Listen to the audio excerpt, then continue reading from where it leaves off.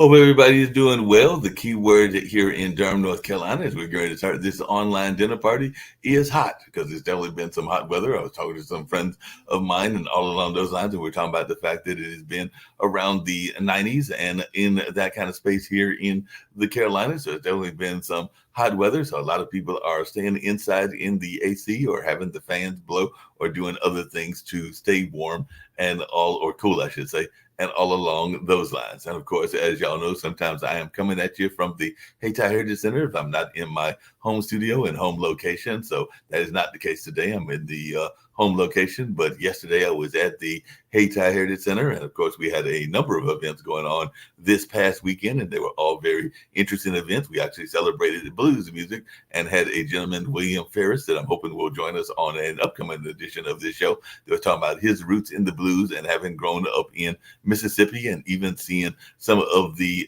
racism and other things that were going on that helped to kind of birth the blues and all along those lines. So William Ferris is a professor at UNC and has definitely been documenting the blues history and all along that kind of way. And Roy Roberts, who I want to say is in his 80s and has been performing for a number of years, and as many people would say, just like they talk about Buddy Guy and everything, he's 80 years young. So he was still doing his shuffle and his dances, even though he's 80 years old, and was definitely keeping the crowd rocking and everything as he was doing some blues numbers, but also some old classic R&B numbers and things along that line as well. So that was a fun event that was taking place on Sunday, and on as part of the BAM series. Actually, was the close of the BAM series, because I think that they will start back that in September at the Hayti Heritage Center, or sometime in the fall, if I am remembering correctly. And of course, this weekend there will be Juneteenth celebrations. As a matter of fact, one of them will be at the old Bembe location, which was down at North Carolina Central University. And I think they might even be doing it at the Library Bowl, where Bembe used to be held. And now Bembe is held at County Stadium. And of course, it's had other iterations and other places that it has been held at as well. Matter of fact, they had a little bit of a controversy with Bembe this year because they thought they had a contract with Monica. Turned out they did not have a contract with Monica, and Monica wound up not showing up. And now they were trying to get the money that I think they sent out and all in that space, because apparently there was some serious miscommunication with the booking agent and all in that space. So it'll be interesting to see, as the city, I think, is trying to recover that money. And I may have even heard that they got it back. I got to double check on that. But they'll have some fun entertainment, both local as well as I think some regional and national ones at the Juneteenth this Saturday. And they will do at Hayti our Juneteenth on the 21st. And I know I've got 3 speaking engagements about history that will be taking place on the 17th, the 18th, and the 21st. So on the 21st, I'll be talking to some folks connected to our state and the state government. So they'll do a WebEx presentation, and I'll be talking to them about Juneteenth, but also the history of urban renewal and Black Wall Street and all along those lines. And on the 17th, I've got a presentation that'll be involving, if I'm remembering correctly, folks that are part of an international focus group. So there'll be some diplomats from places like Belarus, and definitely even somebody from Kenya and a number of other places. I think there were 2 Eastern European countries. I remember Belarus being one of them. I think Uzbekistan was the other one. And there'll be other people that'll be there, and we'll be talking about how human rights plays into both our current situation as well as some of the groups that have met or has had meetings in the past at Hayti or in the old Black Wall Street area that were centered around human rights, whether that was in the 60s, the 70s, or even some of the groups that have done it in the 21st century as well. So I'll definitely be talking to them about that also. So that will be going on, and I look forward to that conversation, just like I look forward to talking to the scientists out in RTP, and I'll do that one on the 18th. So there are a lot of things that are going on in that space and everything. And last but not least, it is time to get out the vote, and for people to have their get out the vote campaigns. So one of the HBCU think tanks was celebrating their 10-year anniversary at the center yesterday, and I gave a little bit of a talk, a very short one, about 5 minutes there, just kind of making some parallels about Martin Luther King's Fill Up the Jail speech, which was held at White Rock, which was next to the St. Joseph's, and Hayti is the original St. Joseph's building. Both of those buildings have now moved to newer locations over the last 50 or 60 years, and maybe in some cases even longer than that and everything. But definitely at the time that he did the Fill Up the Jail speech, after the sit-in movement in Greensboro and other things, they were located in the part of the area that I know and where the Hayti Heritage Center is located now. So I use that as a context to talk about how they can definitely help their students get mobilized and get out to vote and all along those lines. Because I think it was two organizations, I want to say the Common Cause, which a lot of people knew because of uh, President Obama and everything. I think he was one of the people that kind of launched it initially and everything. And also the North Carolina Black Alliance, if I remember the name of that organization as well. So they were out there definitely having a brief panel about the importance of HBCUs, as well as talking about what was going on in their space as well.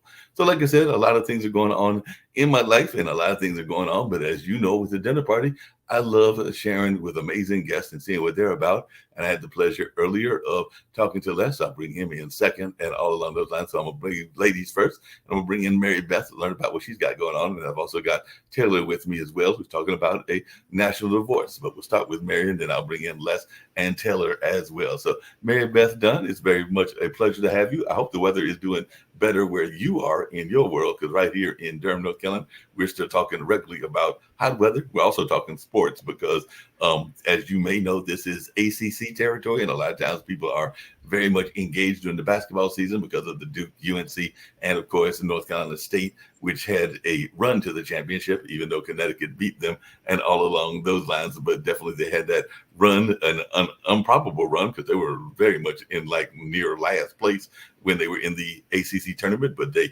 won the tournament and then made a serious run in the NCAA tournament, and now they will be in the Baseball College World Series along with UNC. I think there are 6 other teams, including one from Florida, Virginia, who Carolina will play, Kentucky, and some other teams that are not coming to my mind. But a lot of people are paying attention to that. They're paying attention to Pinehurst, which is just down the road from me, because that is where the U.S. Open is being competed in, and all along those lines. And of course, they're paying attention to soccer championships and NBA and NHL finals, even though right now 2 teams are up 2-0. And as the odds makers would say, it's very hard to win 4 games in 5 matches. Not saying it's impossible, but the odds are against you and all in that space if you're already down 0-2 versus 1-1 or being 2 up, as is the case with the Florida Panthers and the Boston Celtics and everything along those lines. And of course, some people are also paying attention, if they're into cricket, into T20, into some of the tennis matches that are going on. And of course, there is the hockey finals as well, which is featuring Edmonton against Florida, and all in that space. But like I said, a lot of things going on politically, because we also had the Hunter Biden and the Trump convictions, and a lot of things that are going on in the space of a lot of different parts of the world, even the cultural world, because I know some people that are excited to go and see Bad Boys 3 or Bad Boys 4. I forgot what number they're on, because that's the one that stars Martin Lawrence and Will Smith and all along those lines. So a lot of things are happening in the world, but share a little bit about your world and what's going on in your space and how hot it is where you are, if it's hot at all.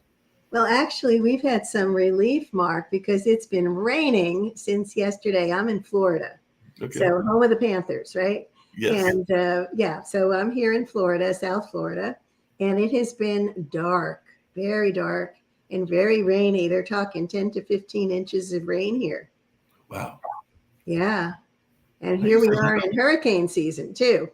Yeah, we are in the middle of hurricane season. I didn't know that, because we have even had some news reports where people are concerned about what to do if a hurricane should come, because yes, North Carolina has been hit by those, not hit as often as you are and everything, but we have definitely been hit by them in the past, just like Louisiana and other places have as well. I used to go regularly and thought about going this year, even though it's literally sneaking up on me, so I know I probably will not be there this year. But there is a major film festival, the American Black Film Festival, that goes on South Beach and everything. And I used to go many years ago to that and enjoyed myself, even though I was not quite used to y'all's pop-up storms, even though I'm from North Carolina. But you would go in, you might go into a film and you come out and there'd be a torrential downpour. So that did take getting used to as part of the film festival. It was also great as a younger man. I'm still not young. I think I was in my 40s or 30s at the time that I was going regularly and all along those lines. But it was still fun watching what was taking place and to even participate in some of the panel discussions as a fan, not as a participant in the sense of giving the lecture or everything, but still listening to the people and seeing some of the independent filmmakers and even going to some of the parties. Y'all also had a notorious club where literally was filled with beds. I think the club was called Beds and all along those lines, but it was interesting. And it was also one that was an open top kind of club. So literally, if there was a rainstorm, you might get poured on because it was literally one of Oh those yeah. type clubs where you literally the club was full of dancers and dance people, but it was also an open venue. So if it rained, you were going to get soaked. Oh yeah. I just actually got back from the Cannes Film Festival. That Okay, was kind of cool. sounds Yeah. like it. What were you doing at the Cannes Film Festival?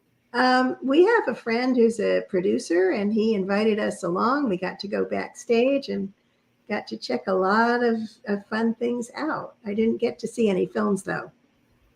And sometimes that can be the best times because I know that in the end of July there will be what is now called the International Black Theater Festival. It used to be called the National Black Theater Festival, and I used to go to that regularly.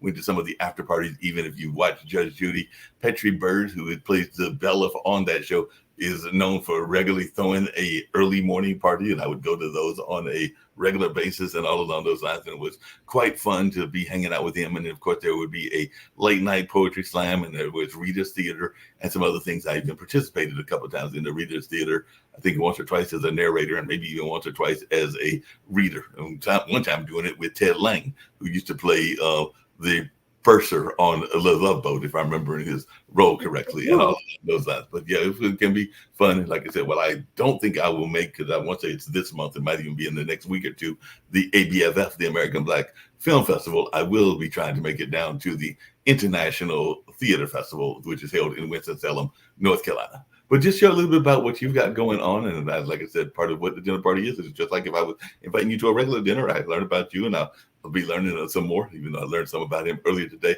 Les and Taylor. But if you just share a little bit about what you've got going on in your life and what your kind of life mission and life things that you are doing is all about. So one of the things that I have is a nonprofit that we do a meditation every day for world peace. Wow. So it's 7 minutes for world peace. And so that's one of the things that I have going on. I was leading it today, and some days we don't have a lot of people, some days we do. And just basically, I truly believe that when our minds are joined together, that we can create world peace. What do you think about that, Mark? I like that idea, but you have so many people now, and we talked about it even on the network and everything, when there are so many people that are very much in that divisive space, because a lot of times, whether it's Trump versus Biden or just divisiveness in general, a lot of times people are concerned about the divisive nature of our world and everything. And we're even seeing that play out in some of the conversations around Israel and Palestine, and lesser so because most people, I think, feel that Ukraine is in the right versus Russia, but you do still have it to some degree in the aid conversation around Russia and Ukraine as well. So how close do you think we are to getting world peace? And is it even possible to have world peace in the 21st century? Because those are just two places. There are also some serious conflicts going on, like around in Africa, I want to say around like Nigeria. It's terrible. Yeah, and Haiti has been having some serious conflicts. We know what's going on in Mexico. I lived in Haiti for 17 years. Wow. Yeah, so I actually speak Creole. And I have a good friend who just went back. She has built a hospital, and we built houses together in a Western Haiti. I didn't physically go, but, I helped the villages there because we felt it was really important for the people to be building the houses themselves so that they could really feel the ownership of them and not just have something be given to them. So they had the wherewithal. We had somebody helping them, like a foreman who would help them to like pour the roofs or whatever needed to happen. But I have a very deep heart connection to Haiti, because I lived there for 17 years. And, and I it's such a beautiful country. It's just so sad what's happening. But my friend who just went back said that things are calming down and that it just seems to be like two sections of the city. And she, you just have to be mindful. But her hospital is operational. The orphanage is operational. The schools are operational. And I saw a video last year where they graduated 25 nurses in her school. These women just all, it's like a I guess like a high school, but they were training nurses and also excuse me, technicians, for the men, but the women would become nurses, and 25 of them graduated. And that it just brought me to tears, because with everything that's going on here, to see a normal graduation happening and these nurses ready to go in and help people. What a beautiful thing. That's a very beautiful thing and everything. What drew you to Haiti and what got you to go there in the first place? So what was it about Haiti that drew you to that area and all in that kind of way? I actually went there with my husband, my former husband, and we went there to buy a sailboat, but we never did. We ended up living on a mountain, and I became Marbeth of Haiti. This is one of the books that I published in Haiti, called The Wonderful Way Home, because I love the people. They're just so beautiful, and I felt like Haiti was getting such a bad rap in the news. I was there under Baby Doc, and I went through about 5 regime changes, and it was pretty crazy. Everything was like drying up all around us, and but I'm a woman of faith, and I just knew that if I just held that faith, that everything would be okay. And it was, I mean, we were taken care of. And I was able to publish my book at that time, and it was like the first color book published in Haiti. Oh, wow. That's amazing. The fact that you were able to get it published and all along those lines. So that is truly amazing. I definitely can't wait to hear your thoughts around that. But you mentioned this notion of world peace, and with all the conflicts that we are seeing in the world, and a lot of times people are talking about right versus left. We got conversations around MAGA and other kinds of groups. I know. And I try to stay very neutral because I have a world peace project. So I really try to keep my thoughts, just really focused on how I truly believe that what we focus on is going to expand. So if we focus on people staying in the present moment, we're also focusing on world leaders, so if the world leaders can, suppose, we have our intention. I did an intention experiment in 2018 called the World Miracle Peace Experiment. You didn't know that about me. And what we did is, I knew that there have been people who have led experiments where they went in person and meditated in Washington, D.C. That was Dr. John Hagelin did that with the Transcendental Meditation Group. And when they went there, they had measured the violence, they knew what was happening. And even to the patients in the hospitals and, all of the things that were crazy in the city. When they went there, they meditated for several weeks, and the level of violence dropped 20%. Violence dropped 20%. I mean, that's pretty amazing, right? They went to Israel when there was a war in Lebanon, and they went there and they meditated, and the fatalities stopped.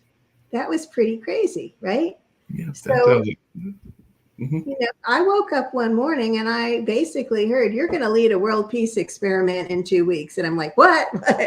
It was the last thing I had expected. I lived in Parkland, by 5 blocks away from Marjorie Stoneman Douglas High School. Right. And I was there when they had that massacre that killed 17 people and wounded like 30 something other people.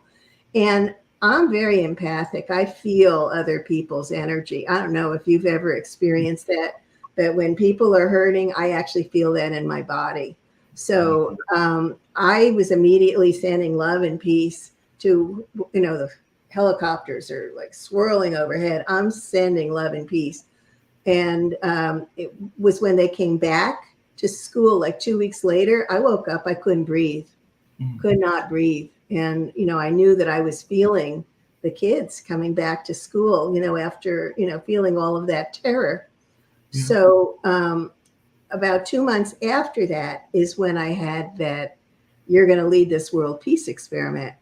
And, it like, okay, I'm here to serve. So I had an online business manager at the time. She set everything up for me, and I was going to do it on a private conference line, but my line crashed. I did my very first Facebook Live. I went outside. I took a my phone, and I did my very first Facebook Live. We had people from Japan, from all over Europe, and we focused on the Middle East because I figured we could get some real figures on that, right? We could get legitimate figures from, which we did, from the ACLED, which is, they measure armed conflict all over the world, and they're just a database. They didn't know me from, mud. And during the 6 months that we did this online meditation, just 7 minutes a day, where we just focused on everything being real, peaceful, and calm there, the level of violence dropped 20%. Wow. Now, I mean, that was like independent statistics. And I checked them like 3 times. Like, are you sure? Could this have actually happened? But it did. So I truly believe that if we get enough people meditating together, bam. That's amazing. We can do that. I mean, we've been meditating ever since, that Hamas, invaded Israel. We started a daily meditation at that point. But before that, we were launching our program the beginning of September, and we're not alone. There are a lot of other world peace organizations that were meditating at the same time. World Peace Day was September 21st. So I went back to that same database, and I looked at the stats from September 1st, and it really didn't show very much. It was only 3 weeks. So I went back to August 1st. Man, the level of violence, it dropped against civilians 38%. Wow.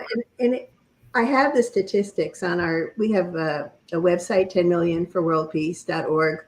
It's all spelled out, TEN million, and if you go there, you can see these statistics. Now, we've still been meditating, and I'm still seeing a lot of conflict in the world, yeah. So I'm with you there. There is a lot of stuff going on there.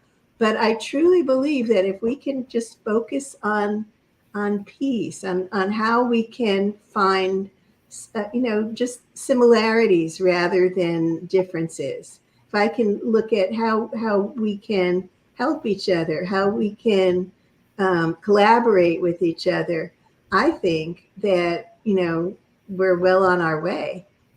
Sounds interesting, everything. And I've got to bring in the other gentleman and everything, because one of them spent some time in Hungary, and the other one is definitely got some interesting thoughts around the Democratic Party and all along those lines. But before I get to those gentlemen and all along those lines, I was just wondering, because one of the things that we've been having here in this part of North Carolina that I'm at and everything, which is Durham, North Carolina, is a increase in gang violence. As a matter of fact, across the street from my job, there was literally a drive-through where literally a 3-year-old was shot. I think last time I checked, he was still in very critical situation, and the gentleman had less severe injuries, even though that was probably the target of the drive-through. And there have been other incidences as well. So there have been definitely an increase, and sometimes there's even our young people that have the guns and everything. So I was just wondering, with all of that going on, you mentioned that you grew up or was living at one time near Parkland, and of course we all remember Columbine and a number of other places, including the shooting down there that took place at the Pulse nightclub, which was down there in Florida, yes, as well, and everything. So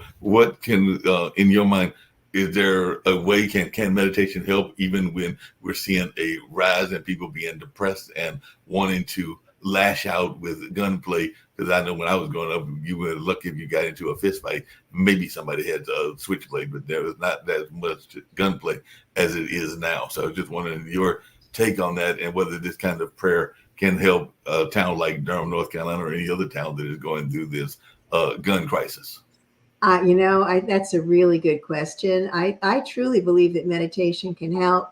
I know people that have been bringing meditation into the schools to help. I have a podcast also called Imagine Peace, and I have a beautiful woman, Lillian Taylor, that I interviewed about a week or so ago, and she has a program to bring into the school system, to start working with the children so that, because they're in their homes, they're seeing bad behavior and they don't know any different. They copy that, right?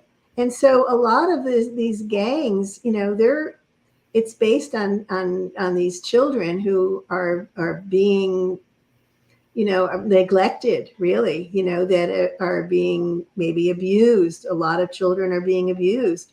And so she has this program, which was she's been working on for about 10 years, that using like augmented reality, where they could learn, and it's interactive, new ways of behaving, just like, okay, the dad is ignoring them and abusing them or whatever, and just basically acting like they don't matter.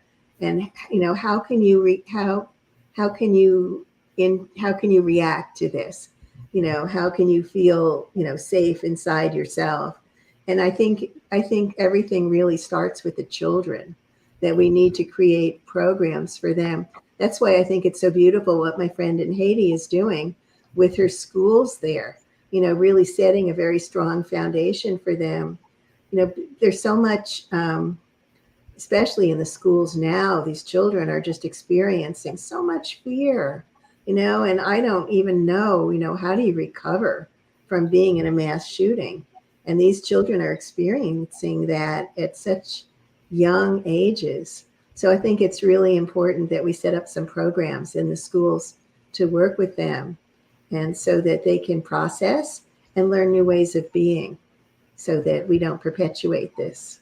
That makes a lot of sense. Everything, like I said, I had Les on earlier on our news show and everything, and he was actually a youngster at the time that his parents were escaping Hungary, and he was a young person under 10, if I remember correctly, and all along those lines and everything at that particular time. But as he was telling us earlier, he was escaping what some people would consider communism and all in that space. So definitely wondering your thoughts around what we've been talking about, Les, just in terms of how we can make it better for the kids in general and just life in general, because I know a lot of times people are concerned. I don't have any kids of my own, but I do have two nephews that will be turning 15 and 16 in August. And I know that anytime an incident happens, I'm oftentimes worried about where they are. And even when my brother called me, because literally the shooting happened across the street from one of my jobs, and he was just wanting to make sure, because I told him that I had not heard anything, because I literally got into the building before it happened, so I did not hear any shots. And he was like, well, I just want to make sure, because you don't always have the best situational awareness. So we do have to be situationally aware and everything. So I just wanted your take as one that escaped a tyranny environment and have, I'm thinking, if I remember correctly, you have both kids and grandkids. So just your take on the nature of our young people and what they're going through. Well, first of all, thank you for having me. I appreciate the opportunity at Pod TV. Mm-hmm. And hello to Mary Beth. When I was 5 years old, we escaped Hungary. My parents decided to leave on November 20th, 1956. And it took us 2 days to get through because we were at southern Hungary, and we traveled along the Yugoslav coast up to Austria, which is Sopron-Petősteg in Hungary. And we basically had 7 people that helped us. And there's the faith portion right there of people that thought, wow, this is a family of, well, I even had my cousin that came with me, and she was 14. So we were a family of 6 traveling. And if you can imagine, the secret police, AVH, was checking every station. So it was very dramatic. And 7 people stepped in to help us. And fast forwarding to the border, I actually, at that age, saw my first murder, if you will. And it stays with you, I can tell you, because when I was doing a swimming motion because the weeds were so tall and I was just a little guy. And I was right next to my parents, and I actually fell on the Hungarian gentleman, and I saw that he had been shot in the head, and he was bleeding, and well, he was passed away. So for many, many years, anytime I would have a cut, I would think I was going to die because of that incident. So it does stay with you. But Yeah. I wanted to also mention that I've had 2 speaking engagements to bring Mark up to date. University of Missouri St. Louis History Department, and also the Cardinal Mancenti Foundation in St. Louis. So those were really riveting times for me because I got to talk to the young folks and my stance on being my parents, my mom and my dad never allowed us to forget where we came from. So we knew the stories. And when I was in the Navy, I actually took leave and went home. And at the kitchen table, I pulled out a cassette player and they gave me their memoirs on cassette tape. So back in 2018, I decided it's time because I've had all these teachers through the ranks telling me, you've got to tell this story. It's just dynamic and riveting and people will appreciate it. So that's what I did. And I finished it up in December. And this is it, 12 Bells to Freedom. And those are my parents on the cover. And it's the Shahida story. And basically, it covers the period of time of 1942 to 1956. So we're covering a period of them witnessing atrocities like you were mentioning in Haiti. There were situations that occurred in other parts. They actually witnessed my mom especially witnessed the Jewish deportation.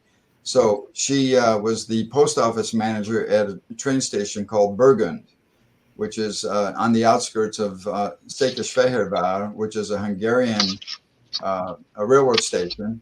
So these cattle cars would come through, and her duty, and anytime a train came in, was to go to the caboose and pick up the mail bags. So as she was going there, she actually heard people. She didn't know what it was at the time because it wasn't really news items of this was happening. So it was all secretive. So she discovered there was a door ajar about 8 inches or so, and there was, she said, a little Italian girl with, she could describe her to the day, and brown hair, green eyes, and she had this sorrowful look on her face, and she just reached out and yelled out to the people, passerbys, do you have any food? And this elderly lady who was visiting her son at the air base across the tracks where my father was as well, said, I have apples. And she gave the little girl the apple, and then she saw like 100 hands come from behind her. And she said she'll never forget that photo, that picture, because that was the atrocity that defined man's atrocity to others.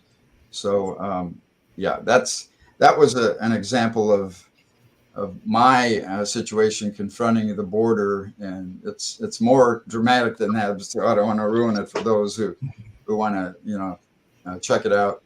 But yeah, I cover in the book, we cover life under communism.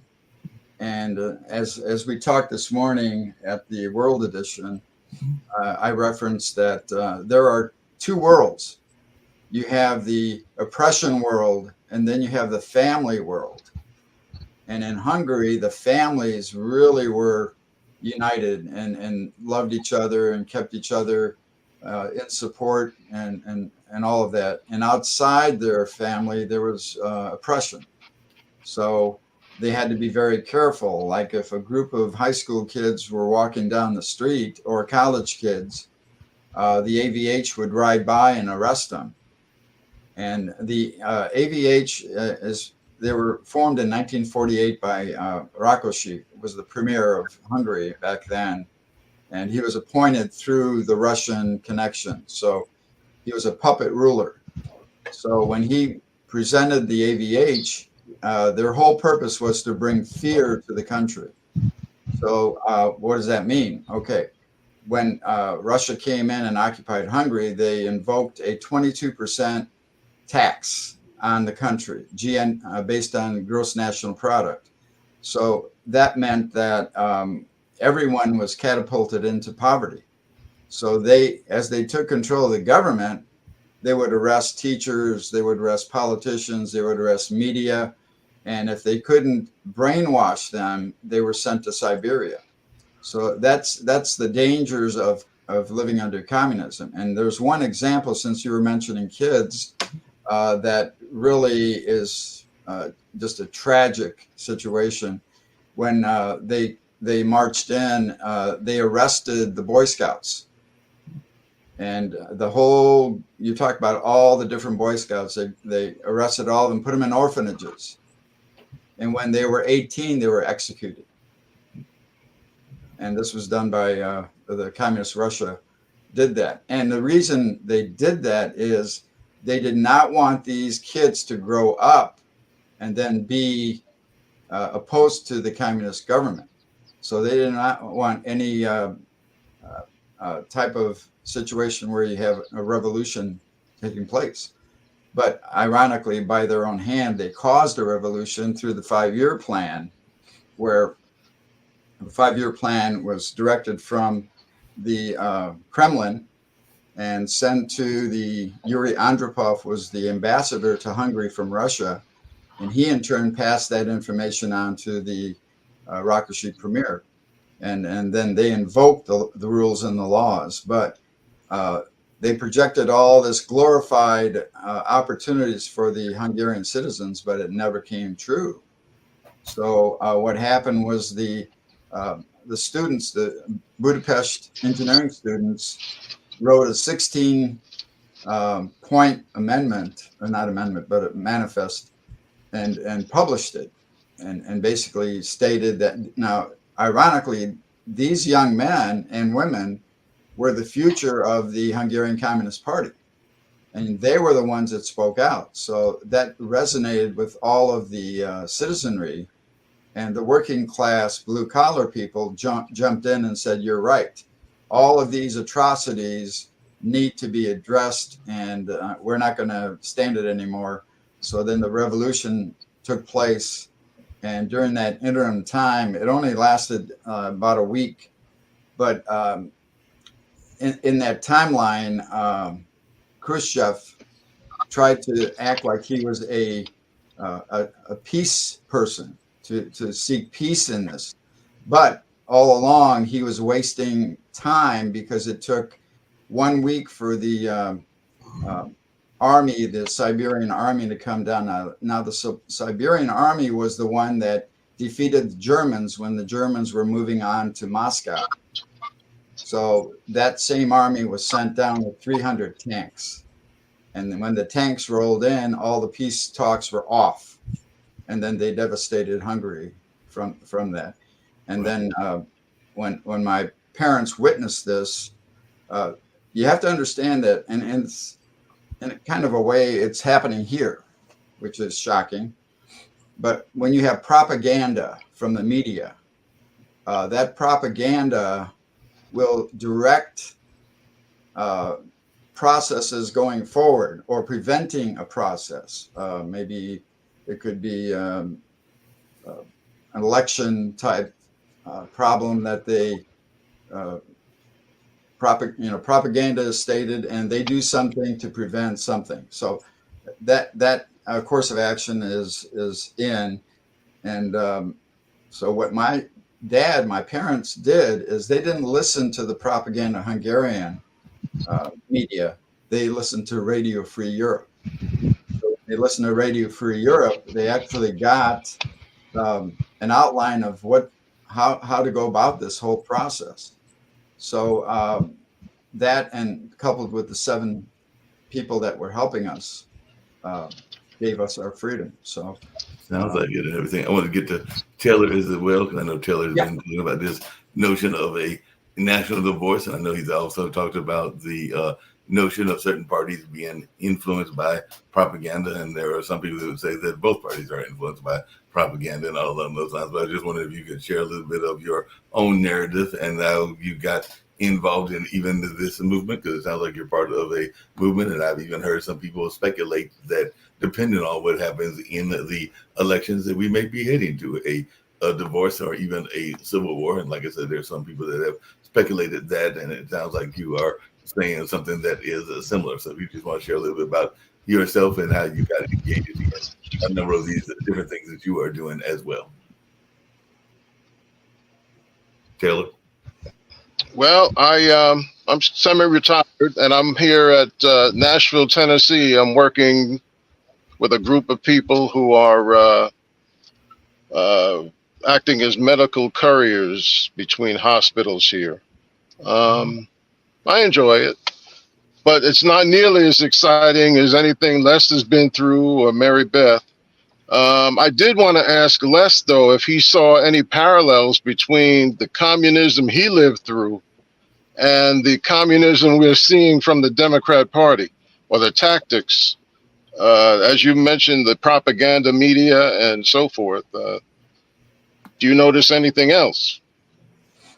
Well, it's going back to the 5-year plan. Going back to the 5-year plan, it's propaganda. They're trying to paint a rosy picture. So that is similar to what's happening here. But in the process of the citizenry, I'm sorry, the American people are not stupid. They see what's happening, and that's the point. They see what's happening, yeah. The same as the Hungarian engineering students saw what was happening and the lies that were projected, and they challenged the government about it. Here, right now, you've got situations, and I tell the students that I met with at St. Louis University, Missouri, St. Louis, that they need to do their research. You don't take one side or the other. You're independent, and you get this information, communication, study it, find out the truth, then make your decision on which way you're going to go. So I'm not advocating for one side or the other. I'm advocating for intelligent research. Just along those I think our young generation needs to do that big time. Just really quickly along those same lines, and I don't know if Taylor agrees, but one of the things that I talk about on this network, on this show, and in general, is that a lot of times, a lot of people vote blindly, because I know that even here in North Carolina and other places, there are a number of PACs and a number of interest groups that will give a list of people that you should vote for. And a lot of times people will vote according to what their PACs are telling them to vote for, and all on those lines. So I was wondering, and this is for everybody, including Mary Beth and everything. Right. How often do you think that we are doing what Les said, and that enough people aren't doing their due research, whether you are on the left or the right? I feel that both parties are not doing enough due research and all along those lines, and they kind of vote blindly based on what their leader tells them to do. Agreed. It's so true. You know, but along with that, Mark, they're not people aren't getting. Oh, I'm sorry. Go ahead, Mary Beth. No, I was just agreeing with Mark. I think anyway. See it all. Mary Beth, go ahead and finish your thought, and then I'll hear from Taylor too. But you were agreeing, but how were you agreeing? And then Taylor will respond back. No, I just think that people aren't educated, and they don't educate themselves about it. You know, they're handed a sheet, a slate, vote for these people, and they're not checking them out. They have no clue. And just to add to what you said, Mary Beth, my wife she's retired also, but she was a teacher for 28 years. So when she says, you know what, they are restricting or reducing history in classroom. So why do you want to reduce history? Because you learn from history, like, for example, the Hungarian Revolution and all the atrocities and oppression. You don't want that repeated. No. You don't want that repeated, and the innocent people suffer. So if I could, I'd like to plug a museum in Hungary, in Budapest, called name escapes me right now. Ironically, it's on the same address as the AVH building, Andrassy Street, and House of Terror. House of Terror. Google it, and you will see a wall of photos as you open it up, and all those innocent people were murdered. Yeah. And along those same lines, and definitely Taylor, you may have some thoughts around what we're talking about as well. But that conference I was talking about, I was with a professor because he was on the panel that is involved in the space, I want to say, of social justice and health related issues. But he was talking about how he went to Atlanta and took his students to Atlanta, and he really wanted them to see the Martin Luther King Museum and a lot of the history that Martin Luther King was doing and everything. But his students didn't want to go to that museum. They wanted to go see the Trap Museum, which is definitely a celebration of hip hop music and a certain type of music, because I think it's got the jail cell that T.I. stayed in, and there's even a strip pole and a number of other things. So they didn't want to see the more historical element. They wanted to see something that they feel is important to them. And I'm not knocking that form of music because they just celebrated its 50th anniversary, but they did not want to see what Dr. King was doing at the King Center, but instead would have preferred to go to the Trap Museum and all in that space. And look at all the Black history that's being erased in Florida. I mean, I'm in Florida, and it's really a horrible thing that they won't let them teach Black history in schools. Yeah, I'm not. It's all history. Even well, the Irish, anyway, Mark, you wondered about my foray into a national divorce. Yes. Go ahead. Basically, what I'm seeing is that the Democrat Party has chosen an absolutely satanic agenda. And as a Christian myself, I find it intolerable. And so if the Democrats should win the next election, I'm very interested in a traditional morality and a secular morality split within the culture. I think that way we can perhaps avoid an all-out civil war. He just disappeared. Hopefully he'll come back and everything, and he can share some more of his thoughts. I did want to mention something that you had mentioned, Mark. When you go to House of Terror, that was the actual AVH police building before it turned into a museum. So you can go to the basement and actually see the jails that they were using. And each area is marked as to who stayed there. And that included Raoul Wallenberg, and it included Cardinal Mencenti, who was also in that area. And they have a torture room with electric torture type devices. So it's and then they showed also people that were tried in the same building on false charges, and they claimed innocence. If they didn't sign that they were dissident of the government, or then they would be taken down in the basement and hung. So that's the kind of stuff that you don't want to come back. And yeah, that makes sense. Taylor, you're back. Yeah, Taylor's back and everything. Just really quickly, Taylor, I know that sometimes people are shocked because we've been having North Carolina, having had the pleasure of meeting him. So I know that he's got some interesting views, some that I may agree with, some that I may not agree with.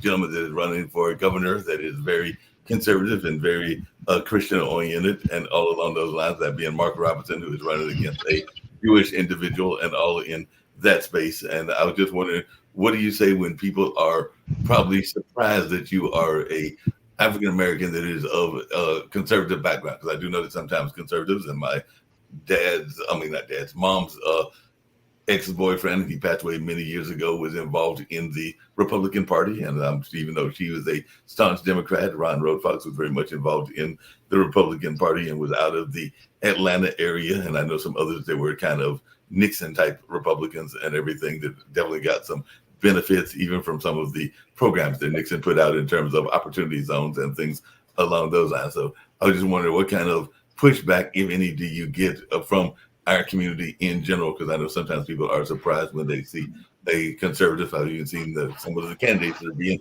proposed to be vice president, like Ben Carson and others, have gotten some pushback for being the conservative voice and everything. So I was just wondering, what reaction do you get when you are out there in the media landscape? Well, I get the usual kind of pushback. You know, I get.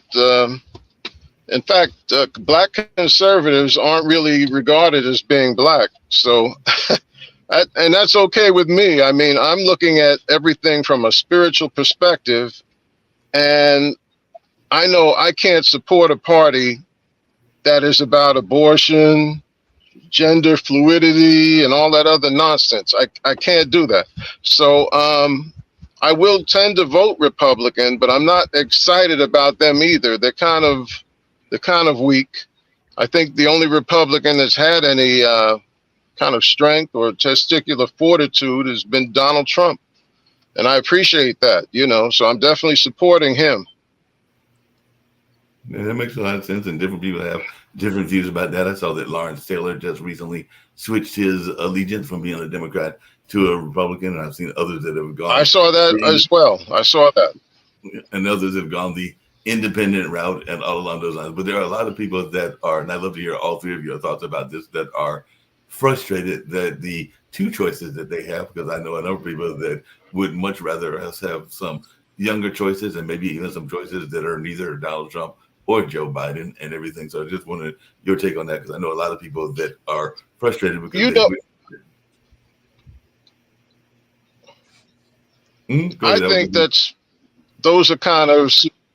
I think those are kind of superfluous points. You know, Donald Trump is old, but he's not an old 78. You know, he's got plenty of energy. He conducts these rallies and so forth. Whereas Joe Biden, as you can tell, I think he's got dementia, unfortunately. And they're trying to use him, I think, as a figurehead, while his surrogates behind him are really running the country. But yeah, I definitely stand with Trump. I don't care how old he is. He's proven that he could do the job. He's provided peace and prosperity in his first administration. And the country was better off economically in every other way. So I think if you do a back-to-back comparison of Trump administration, Biden administration, you'll see by every metric, Trump did a better job. And I know he'll hit the ground running. Yeah, it'll be interesting to see what he does, or whoever comes into office, what they will do and everything. But you kind of brought up a point that I've heard a lot of people say for the last several decades, because I'm in my early 60s and all in that space. But a lot more people have had this notion, even kind of what Mary Beth is talking about, that a lot of the special interest groups are the ones that are in control of both parties and everything. So I was just wondering y'all's thoughts around that, because a lot of people are very frustrated, whether it's the NRA or whether it's the Sierra Club or a number of others that are feeling that they are the ones that are moving the puppet strings and all along those lines. So I just wondering y'all's take on that, because I do know a number of people that have been frustrated for decades and to the both parties. But I just wondering y'all's take on that. I would say that most of the people in the country are more moderate, but unfortunately we have the extremes of both parties that seems to be getting, you know, the rusty wheel there, you know, they're getting all the grease. And unfortunately, I would really like to see some younger politicians stepping in with, you know, with more moderate ideas. And that hasn't happened. So I think it's really kind of sad that we're stuck with two choices, you know. Well, yeah, but you know, Mary Beth, I kind of consider that the founders were men who might be considered extremists if you compare them to what's happening today. I think they might be considered the original extremists. And if that's extreme, I'll go with it. I mean, it's definitely pro-America. It was founded upon the Judeo-Christian ethic, and that's where we want to be, really. I think where the Democrat Party is leading us is some perilous waters. Well, along those same lines, I thought Les had a thought as well. One of the things that I talk about in my history talks is the fact that if you look at Durham and even some of the other Black Wall Streets and everything, there was a lot of moderate white gentlemen and white women that were very much supportive of what was going on, even in the sense of helping those communities create their business wealth and their business legacies. Matter of fact, if you were ever to visit me in Durham and come to the Hayti Heritage Center, you would see that there are several stained glass images.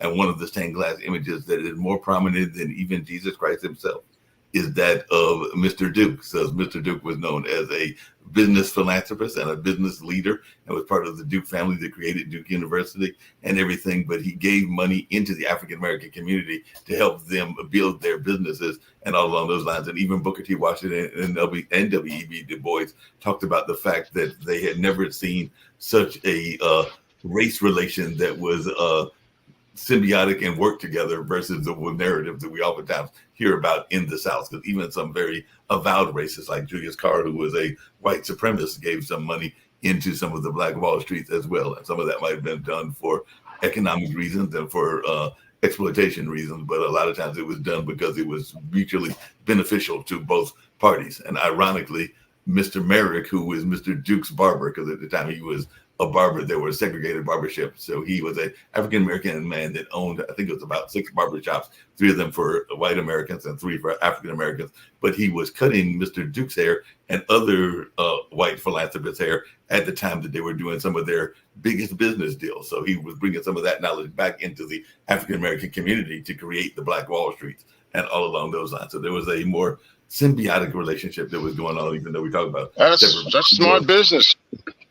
Right. That's what I'm saying. There was smart business on both people's sides. And a lot of times people don't think about that because, like I said, he was literally learning while he was cutting the man's hair and everything. And he was hearing him maybe talk to Mr. Vanderbilt or talk to Rockefeller. And he was bringing some of that same knowledge to create one of the historic Black Wall Streets that are oftentimes getting more accolades lately and everything, whether that's Tulsa or whether that's other places. Also, even one down there in Florida, because Rosewood is considered a Black Wall Street as well and everything. Unfortunately, urban renewal and gentrification got in the way, and that can be sometimes an intentional program to destroy some neighborhoods as well. So that was another part of the narrative, because I'm one of those people that believes in telling the story of history, warts and all. That's what I call it. I call it warts and all. So I do think that you can tell the positive, but you also have to tell the negative. Warts and all, right?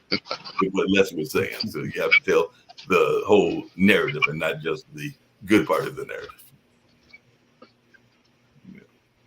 Right. I don't agree with revising history. Let's just see history as it was and learn from it and keep moving. Right.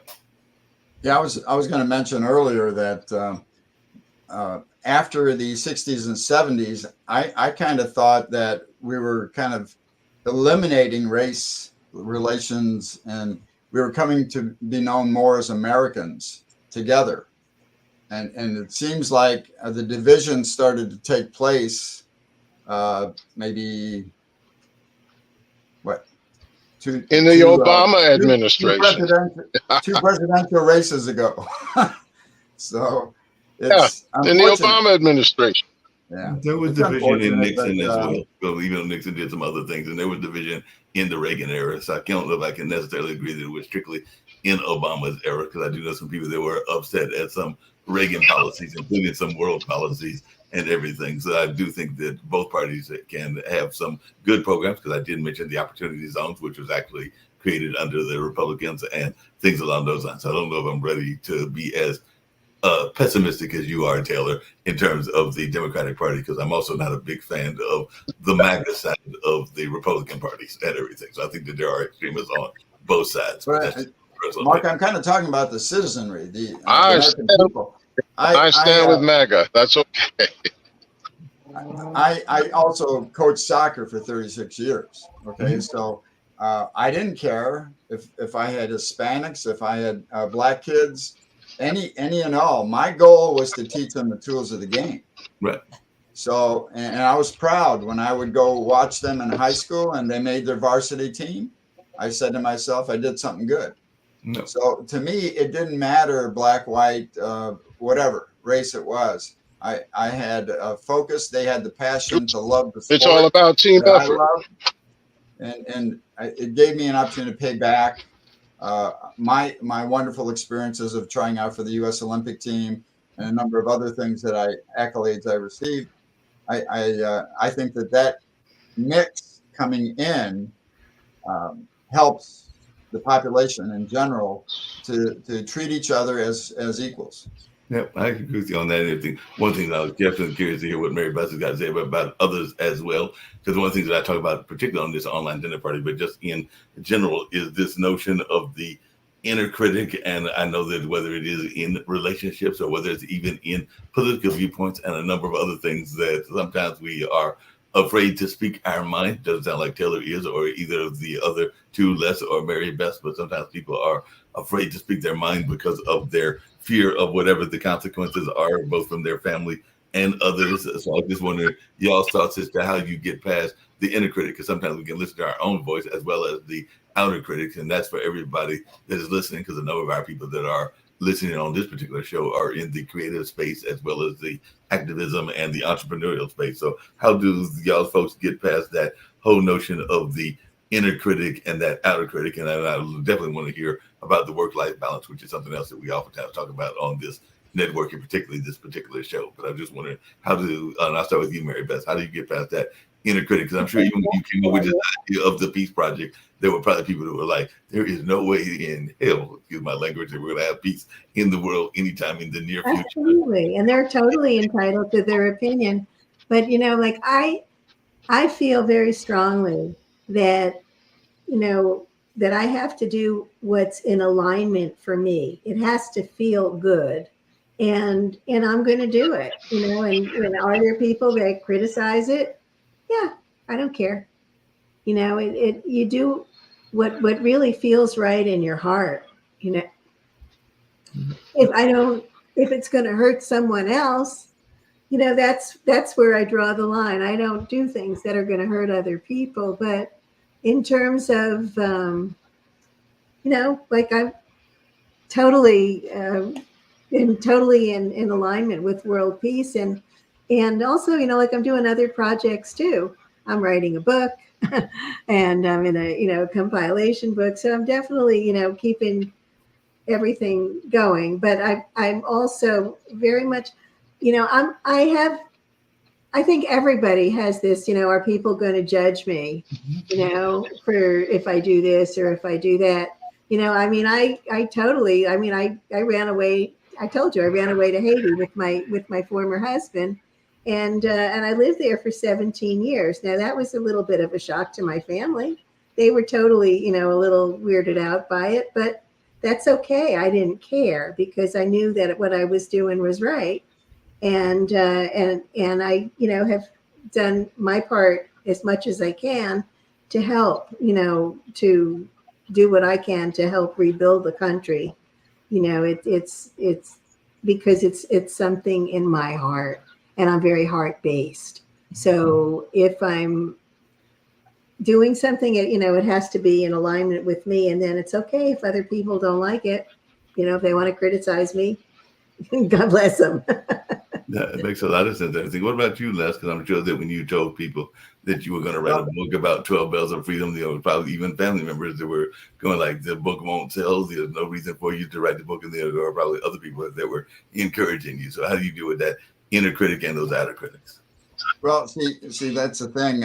My background and all of our backgrounds are life journeys. They're different, but see, mine covered oppression.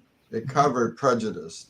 It covered a whole slew of atrocities, in my opinion, that is scary because I'm seeing it happening here. And when you see that happening here, yes, I speak out, and I get criticized for it, sure. But I'm like Mary Beth, I don't care, because I know, and if you ever do an ancestry and check your lineage going back, we're the sum total of the history of our family. Mm-hmm. So when you realize that you had some people that were tremendous personalities in your life, and you're carrying on that name and that life going forward, again, you know your background, you know the truths, you're going to speak it. And if you see something like my mom did, she saw an atrocity and she spoke out. to her benefit, and I'll show it again, she was an attractive young lady. So when the Germans guards had had their arguments with her, they could have thrown her onto the train. Or in her case, my grandfather, who was a guru in the railroad system of Eastern Europe, was always called upon to handle problems. So he had a rule: when you're in the house, you speak German. If you're out in school, then you're going to speak the language that you're in school for. So my mom knew 5 languages. So, but ironically, that rule in the house speaking German helped her in these situations where she confronted the guards. And because they thought, wow, this is a Fraulein here in Hungary. And all of a sudden the temperature reduced, and they were able to have a conversation, as opposed to angering that guard and then causing a reaction. So that's how I feel. I feel that all of us have our own history, and you're seeing what's unraveling on television. Yeah, I yell at my TV a lot. So my TV can't reply back and argue against me. So there you go. Which is a lot of sense. A lot of people are yelling at their TV and everything.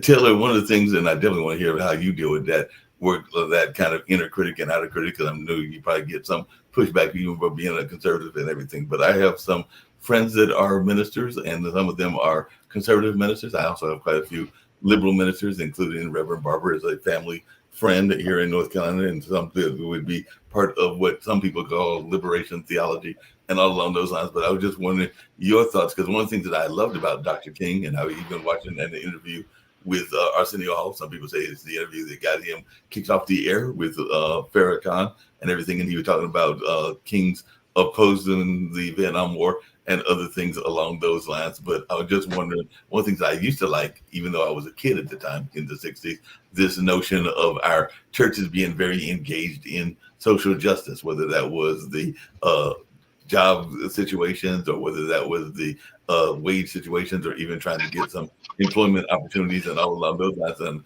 even with housing, and housing is a major issue around the country and around the world.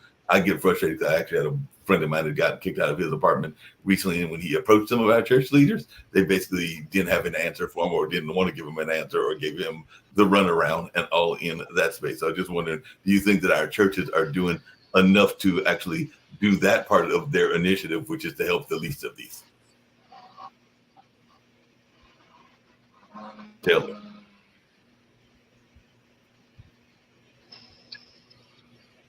Okay, you were kind of choppy there at the end, so I couldn't tell if you'd finished. Yeah, you were talking about the how we deal with the inner critic and that type of thing, and how I, as a conservative, deal with the noise. Like Mary Beth and Les, I just don't care. I know where I stand, and I have to stand with godly principles and morals and values, and so that directs my life. It determines my vote, all of that. Yeah.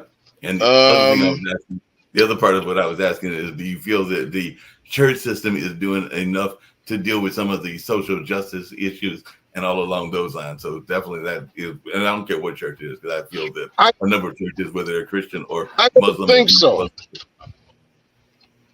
I really don't think so. And it seems that churches are also trying to update their message, kind of make their message fit in with the times. And I think that's a mistake, because it seems like people just aren't grounded in the basics. And so they don't know. I think they think, for example, that God is a feel-good God, and, he loves everybody as they are, and that kind of thing. And there's a whole lot more to it. And I think that today's ministers, pastors aren't really educating as they should. I think that we need a whole lot more strength in Christianity today. Yeah. Just out of curiosity, Mary Beth, what's your take on that? Because I know that sometimes the churches were very much part of the peace movement in the old days, and definitely, like I said, Reverend Barber has been involved in some of that even currently and everything. But I just wondering, do you feel that you're seeing enough of the churches engaged even in peace conversations or just in social justice in general? I think a lot of the churches are engaged now in social justice, and they're experiencing a lot of different changes and shifts as well. So, I think it just depends on the different churches. Everything has been, has been shifting and changing over the modern times. I think going back to the 60s and the 70s, I went to University of Miami the first year that they integrated. Oh, I had a roommate who was one of the 4 Black women in the school. Going back to, I know this has nothing to do with the churches, but, I've seen like so much shifting, and I'm seeing so many positive things happening. Yeah, there's a lot of awful things happening. There's a lot of division, but there's a lot of positive things happening too. And really positive things. I'm seeing Blacks in places of power where, you wouldn't have even thought that possible back in the 70s. I'm seeing really good stuff happening. And are the churches involved with that? I think so. I really do. that makes a lot of sense, because I know that they just recently elected a woman from Kenya to be the first mayor, I think, is of Northern Ireland. So it's the first Black mayor that they've had in Northern Ireland, which is definitely something that you would not But expect in everything. What were you saying, Taylor? here's the question, though: what are they standing for? What I'm wondering is, what are they standing for? I mean, in recent days, for example, we see a lot of Blacks involved with the lawfare that's being perpetrated against Trump. And the people involved, I mean, there are certainly Black people involved there, and Hispanic judges and so forth. But I certainly don't like the moral ground that they're standing on. I think that they're coming from a very immoral place. And like I said, did want to ask you, though, Mark, what did you mean when you meant social justice with the church's role with social justice? What did you mean by that? a lot of times there are issues that are being dealt with, whether it's hunger or whether it's housing and things along those lines. So I think the church has a role, just like other institutions, to help with that. That's just my opinion, as one that grew up in the 60s and 70s. A lot of churches that were doing that kind of work and everything. So I think that you can do a lot of work in that space of helping people that are that's a good.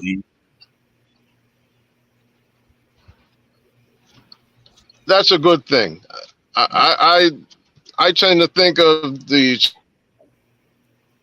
negative light, I think, but if you're using that in correlation with the church, I think that they're probably doing a great job. Really, I think that's a primary role that they're doing, community outreach and so forth. Yeah, some churches are doing that, like I said, because a friend of mine, they do some feeding of the poor and others. But like I said, I do know some people that have approached churches and been given a cold hand, depending on the church leadership. So sometimes it can be a leadership question as well. And I've also seen people kicked out of churches because of their beliefs and things that they might disagree with the church leadership on and everything. So like I said, the whole church conversation would be very interesting, because one of the best documentaries that I ever saw, and you may not agree with it, Taylor, but I want to say it was either Ted Koppel or Dan Rathers, but they did a documentary, because my dad actually brought me to his house to watch it along with my younger brother before my nephews were born. That's why I know it was at least 15 or 18 or 19 years ago. But they were looking at world religions, and they found out that despite what we think, a lot of the world religions have a lot of commonality, and more commonality than we like to give them credit for, and all along those lines. So definitely he did a study of Eastern and Western religions and found that a lot of the principles were very similar in terms of loving nature and loving your family and supporting each other and all along those lines. And there are, as Mary Beth just said, extremists, and I would say they're extremists on all religions, just like there are definitely extremist Muslims, there are extremists, even Hindus, and extremist Christians as well. So I think that sometimes it's that middle ground that gets lost in the conversation. I mean, that's just my personal opinion, but I do think that one of the principles that, like I said, I forgot whether it was Jan Rather or Ted Koppel, but it was one of those news legends, and they found a lot of similarities, and I want to say they studied close to 15 or 20 different religions, and they found more similarities than we would expect. Oh, I would totally agree with that, Mark. I have a But how minor, many of those? and that's true. There's so much, if we can all focus on our commonalities rather than our differences, I think we'd all get along better. Yeah, that's kind of my philosophy. Like I said, not everybody has that same philosophy, but I do believe in studying the commonalities and finding the commonalities and even common groups. I remember that after 9/11, and that was another tragedy similar to what happened in Hamas, but there were a number of times that leaders of the mosque, and I have friends that are Muslims, even though that is on my faith journey, but definitely there were leaders of the mosque, Christian groups, and Jewish groups that got together, and I think there might have even been some Hindus and others, and they were finding ways to mourn the losses of the together, but also rebuild together as well. I think that happened. I know it happened in North Carolina. I want to say it even happened in some of the flashpoints, like New York and DC and places like that, where the actual tragedy took place and everything. So I think that that's finding that common ground. I've always been a fan of, no matter what people's beliefs are. I've got some friends that are like Taylor. I've just met Taylor, but I've got some friends that are very conservative, and I consider myself moderate to liberal. So I definitely have friends across the spectrum and everything. I just told you my family members who are like Taylor, who totally, who are MAGA. I'm not MAGA, but but we find commonality and we talk about it.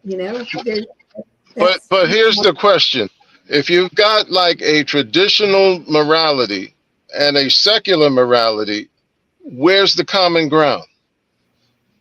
I think I think that's the big that, Taylor. If you can just take the judgment out of it and just say, well, what do we have in common, rather than what's wrong with those people and what's wrong with what they believe. I'll tell you, I don't like the beliefs on the left, and I don't like the beliefs on the right. I mean, I know I'm not alone. I know that there are so many people who are moderate who are like, stop all this craziness. Let's, let's find some common ground in the middle here. So, well, this is, I'll tell you very generally, I'd say, I think the only politician that's going to get us close to a semblance of unity would be a Trump, who's going to provide some peace and prosperity. I don't see that coming from the Democrats. Not at all. What were you going to say, Les?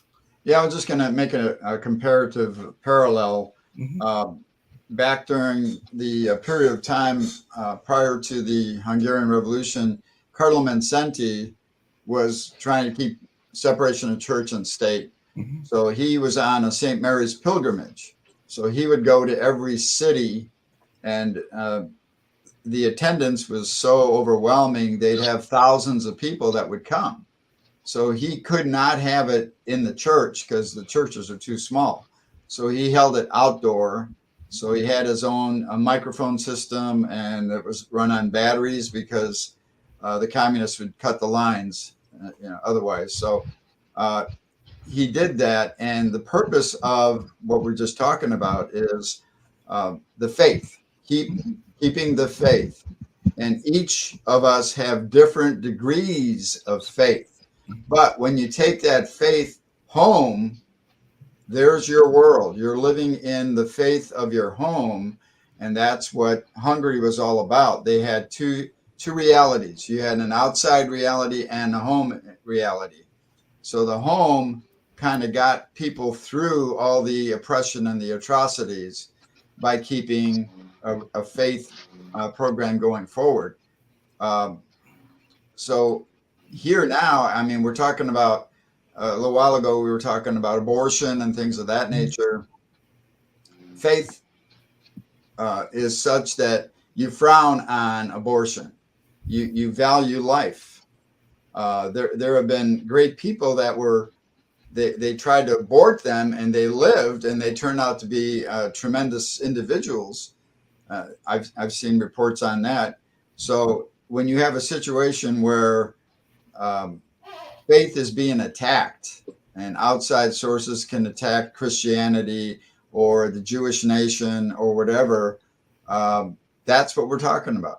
Keep the faith, keep everybody in line with their faith, and perhaps, like Mary Beth says, you'll come together at some point in time. Yeah, like I said, revivals can even be faith based, and sometimes they can surprise you and everything. Because I remember years ago, a family friend who is now a minister, but at the time they were a drama professor and all of those lines. But they did a piece about the Azusa Street revival. So if you've ever been to Los Angeles, if you've ever studied the Pentecostal movement and everything, that was actually a movement that started in 1906 and lasted roughly till 1915. So it lasted almost 10 years and everything. But the founder of that was actually William J. Seymour, who was an African American preacher, and all along those lines. Like I said, the Hayti Heritage Center is in the home of the former St. Joseph, of the current St. Joseph AME Church, but the St. Joseph has moved to a new location, but that was the original location. So it was built in 1869, literally as a brush arbor. So it was built by, at that time, free slaves, and brush arbor means that you're having service outside, literally on the out in the weather. So imagine having it in like 90 or 100-degree weather. And then the physical building, which is what the Hayti Heritage Center is now, and it was started as that center in 1975. So next year we'll celebrate our 50th anniversary, and everything was built in 1869. And urban renewal, that's what I mean when I said that sometimes outside influences can impact things as well, is the reason that it moved. So gentrification, which can sometimes be something that can happen under both Republicans and Democrats, can be something that can cause people to leave and be destroyed. But that's definitely, if you get a chance, study the history of Azusa Street, because it was a multicultural. Think of this: an African American man in the early 1900s that had everybody from, remember, that's the time of the railroads being built. So there were Asians that did service, there were Europeans that did service, there were African Americans, and there were a number of others, because it was a true example of a melting pot, and all along those lines. So whether you are of the Pentecostal, and some people call that more of the jump and shout kind of Christianity, or whether you are just a regular garden variety Christian, that is just amazing, the fact that he could bring those kind of people together in kind of a early version of Dr. King and all in that space. But a lot of people don't even know who Seymour Johnson is, and he was a man of peace that was able to bring these folks together in that sense, kind of what we're talking about with Mary Beth. I would urge everybody that is watching to study what he did, and he did it in a revival environment and all in that space. So a lot of people don't even know who he is or what the Azusa Street revival is that took place there in Los Angeles. I tell you, I understand that though, Mark, because I have many friends of many different ethnic backgrounds and so forth, because they all share the same kind of characteristics. And I think if you meet them as a person of peace, they're going to respond accordingly. And I found that to be true throughout my life. Yeah, I'm imagining, I don't know this for a fact, like I said, I've just met Sometimes you. not.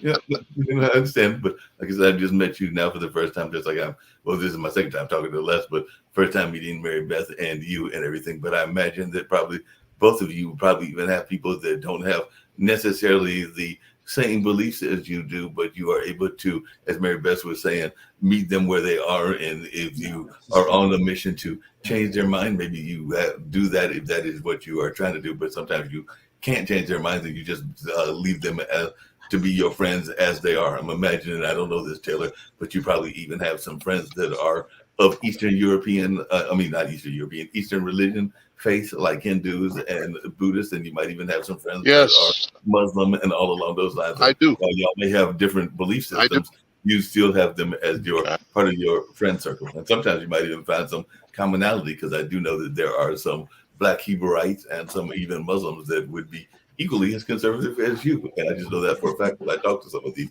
folks, and just like I know that there's that are very liberal as well. So it's like I said, there's different walks even on the various faiths as well. Well, as Mary Beth would say, you find commonality, and that's what I've always been able to do, pretty much. I haven't really experienced a whole lot of strife with people, so That's a very true approach, as Mary Beth has outlined it.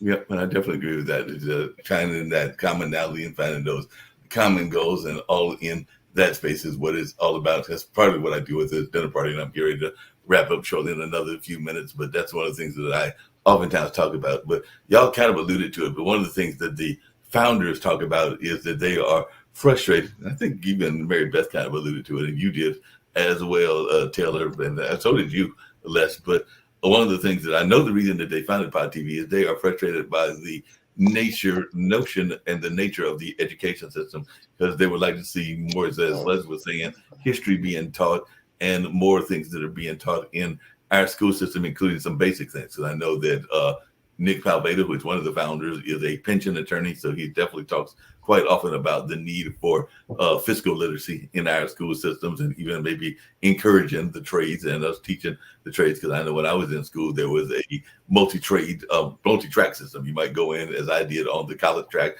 You might go in on the military track, even though that wasn't an official track, and you might go in on the vocational track, and that was an official track. But there's not as much of that as there used to be, but a lot of things have changed. I was even talking to a friend of mine. It might have been that same Jonathan gentleman that I was talking about earlier, and we were talking about the fact that at least in my high school in the late 70s, was when they brought in-school suspension, and that is something that was not there before and everything. So it also is going to celebrate 50th anniversary. But just as a question, how do y'all feel we are doing in the school system, and would you like to see things like fiscal literacy and even generational wealth, because we have some people even on this network that teach about real estate and building your wealth and everything being taught, or do you feel that it's being taught enough in the school system?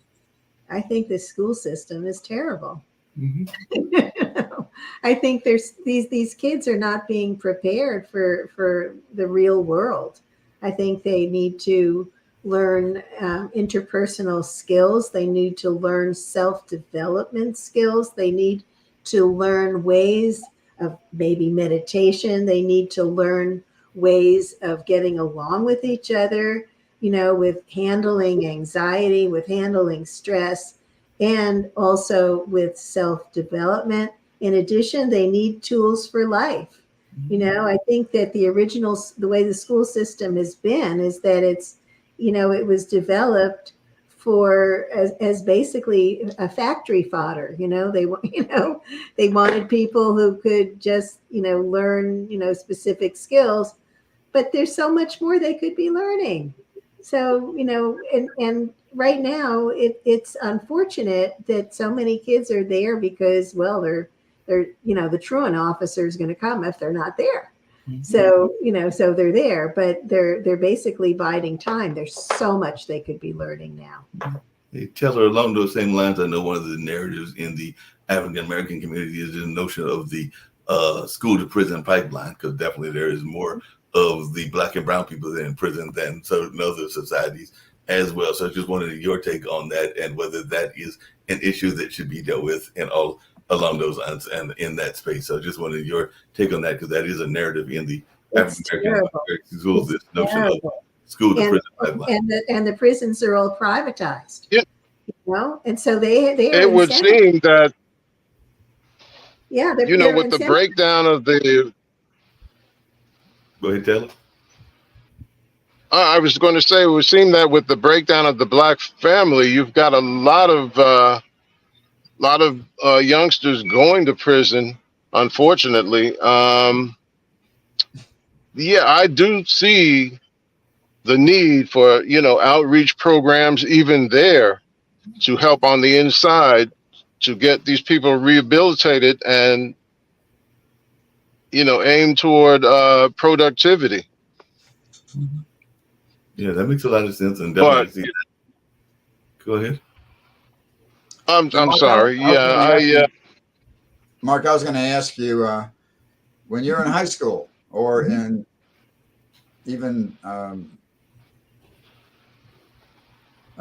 8th grade or below, did you guys have the paddle? Yeah, there were teachers where they had the paddle. There were definitely teachers that had the paddle, and there was also the fear that if you got a whipping in the school, that you might also get a whipping when you got home, because there might be not just your parents that would get you, but some of the neighbors that would get you as well. So it's that the whole. Well, I can assure you, we did have the paddle in school, but with my Hungarian background, I would have also been paddled at home. So, right, exactly. so, yeah, I had it that way too, Liv. My point is that back then, it seemed like kids were more respectful. Mm-hmm. They didn't think the world revolved around them. So in today's world, it's like Mary Beth was saying, they need education in a number of areas. Yeah, and they also, like she said about interpersonal skills, they weren't as quick to, like I said, you might get in a fisticuff fight, but they were not as quick to grab a pistol or grab some of your parents' weapons and blow each other away the way that our kids are doing now and everything. Because there's a number of incidences. Literally, I get around sometimes by mass transit, and I did see maybe a month ago there were some kids that were fighting, and they literally started firing gunshots because they were all packing, as the old expression goes, and everything. So they were pulling out guns and firing in a public environment. Fortunately, as far as I know, nobody was hit and everything, but that's just because maybe they had bad aim and everything. But it's just scary, the fact that they are carrying these weapons and don't always even know how to use the weapons. And I am also scared. I don't know about y'all, but I use the phone regularly. I use this computer regularly, but the social media outlets are very scary as well. And a lot of these kids are caught up in needing likes and wanting likes on Facebook and Instagram and the whole social media aspect of what's going on. So I do worry some, even about my own nephews, about how engaged they are in this space and how much they want to be liked. I mean, popularity was even popular back in our day. I remember having a friend that was a cheerleader, and I had athlete friends, and I even ran briefly, even though I wasn't any good. I was like Charlie Brown on my team, but I ran track for a few years, but I was a good recruiter, just like I'm a good recruiter to get y'all to be on this show and everything. So I still have that gift and everything, but I sucked as a runner, but I was able to recruit a team that won 3 out of 4 championships. Ironically, and y'all will get a kick out of this, the year we lost was the year that I recruited a friend that I knew I could beat. And unfortunately, that also cost us the championship because I got tired of losing as a young high school kid. So I recruited a friend I got one better than you. And as I said, I coached soccer, and I had my last team. We won 4 tournament championships in a row, including a 4-state Indianapolis tournament. So that's my praise to the team I've got hanging on the wall right now. Oh, that makes a lot of sense, and it's interesting. But like I said, I do worry about that whole notion of social media because I know that there have been a lot of reports with social media and people wanted to be liked and accepted, that they are saying that the depression rate among our teenagers is ridiculously high and all along those lines. And I think there's even been a spike, I hate to say it, in suicides among our kids as well. So that is very scary that we're living in this type of world. And I go sometimes to eat out, like in not fancy, but fast food restaurants. And I've seen families literally being there and versus being engaged like we're doing here in this kind of conversation and everything, maybe even agreeing or disagreeing with each other. They're on the phones, each individual with another person altogether. So it's like they're in the same room, but they're not in the same room because they're so busy being engaged on the phone conversations with their peer group, whatever their peer group is. So, Mark, I was just reading that in one of the Scandinavian countries, they have stopped allowing students to bring their phones to school. Oh, wow. And, the students are much happier. And they started doing that. I think it was in one town in Ohio. I don't remember, but I think that's something that would be really positive. That's a good idea. Yeah, it's a good idea. Yeah.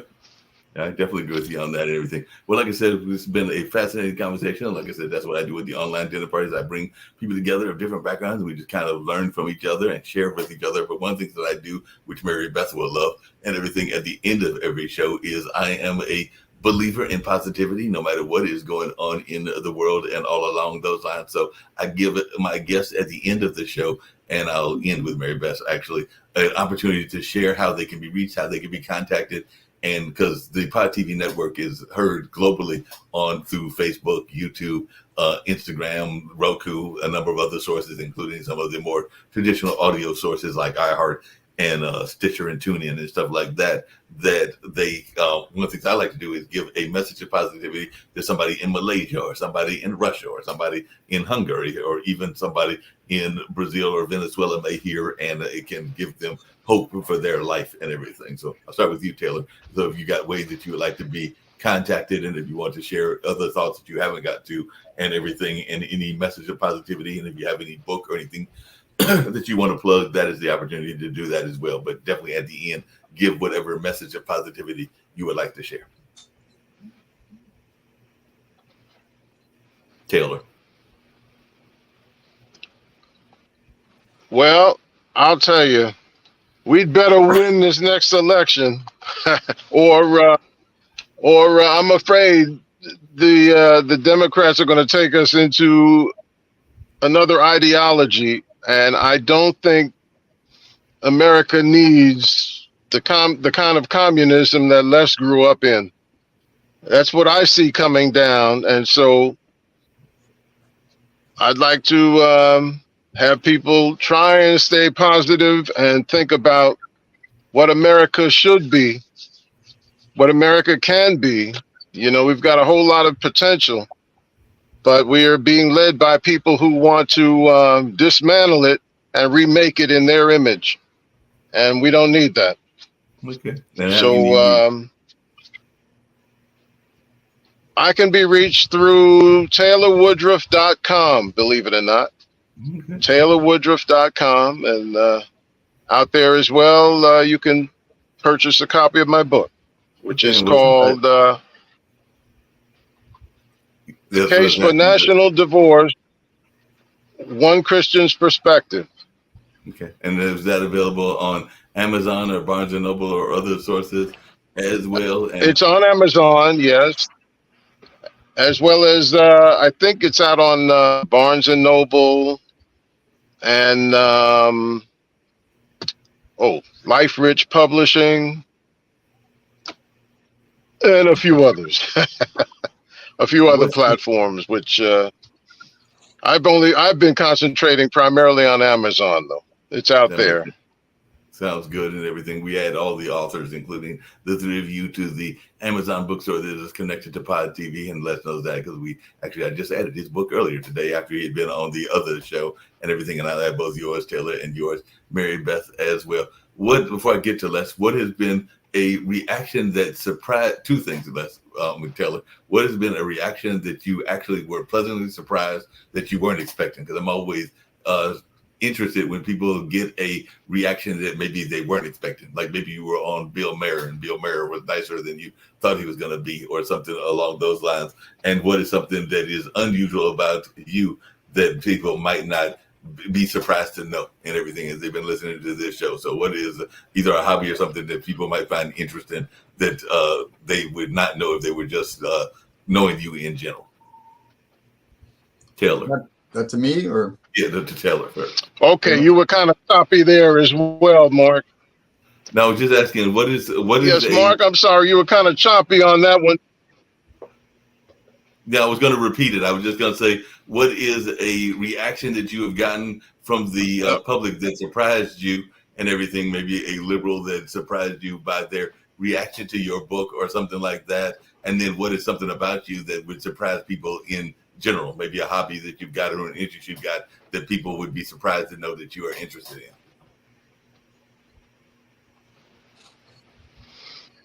Oh, man. Well, I don't know. I don't think I can give you anything that's too shocking about me. I mean, I'm very steeped in what's happening on the political scene. I think people are kind of shocked when they find that I'm a conservative and a black conservative at that. Otherwise, I like the things that people like, cookouts and, barbecues and a few drinks with friends and that kind of thing. It's nothing extraordinary with me. So but sorry, since you said barbecue, before we get to Les and everything, Louisiana barbecue, Texas barbecue, or North Carolina barbecue?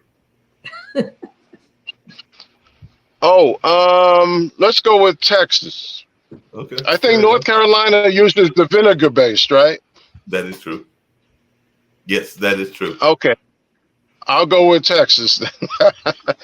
I've lived in North Carolina, but I'm not a fan of the vinegar base. Gotcha. Fair enough. How about yourself? I like North Carolina barbecue, and I definitely enjoy a good cookout. I was actually just celebrating Mom's 82nd birthday up in Rocky Mount. She was actually the first president of the Golden Leaf Foundation. So about 2 weeks ago, on God bless. the 25th, we actually celebrated her birthday. And later on this month, as a matter of fact, a week from tomorrow, we'll be celebrating Dad's 84th. So yeah, both of them are still very vibrant. As a matter of fact, Dad is an artist, and he's actually done what some people would call protest art, because he did a piece that was actually based on Christianity, because one of the things that he got frustrated by, and I'm sure that Mary Beth and even Les might be able to agree with what his art piece was. He did a piece called Thoughts and Prayers, and it was using the old pull down fire system and everything. And it just said simply the words thoughts and prayers, because I think he created that piece right after 9/11, or it might have been after one of our other tragedies like Katrina and everything. But his notion is that too often we are too quick to give platitudes like thoughts and prayers and everything, but not have any action behind those thoughts and prayers. So we'll say that we want to give people thoughts and prayers, but not have a action behind what those thoughts and prayers are. So that's when he created this protest piece that is still recognized and still seen in society. So it's one thing to say that you want to give people thoughts and prayers for them to do better or to be improving and everything, but sometimes they need you to actually do something like come visit them, or if they're sick or something along those lines. So that was his notion, that too often we give it as a platitude and not a true action. Right, a glib comment, and that's about it. Right. That's exactly. But yeah, we need to follow up. Exactly right. Yeah. Agreed. Yep. So he definitely had that powerful piece.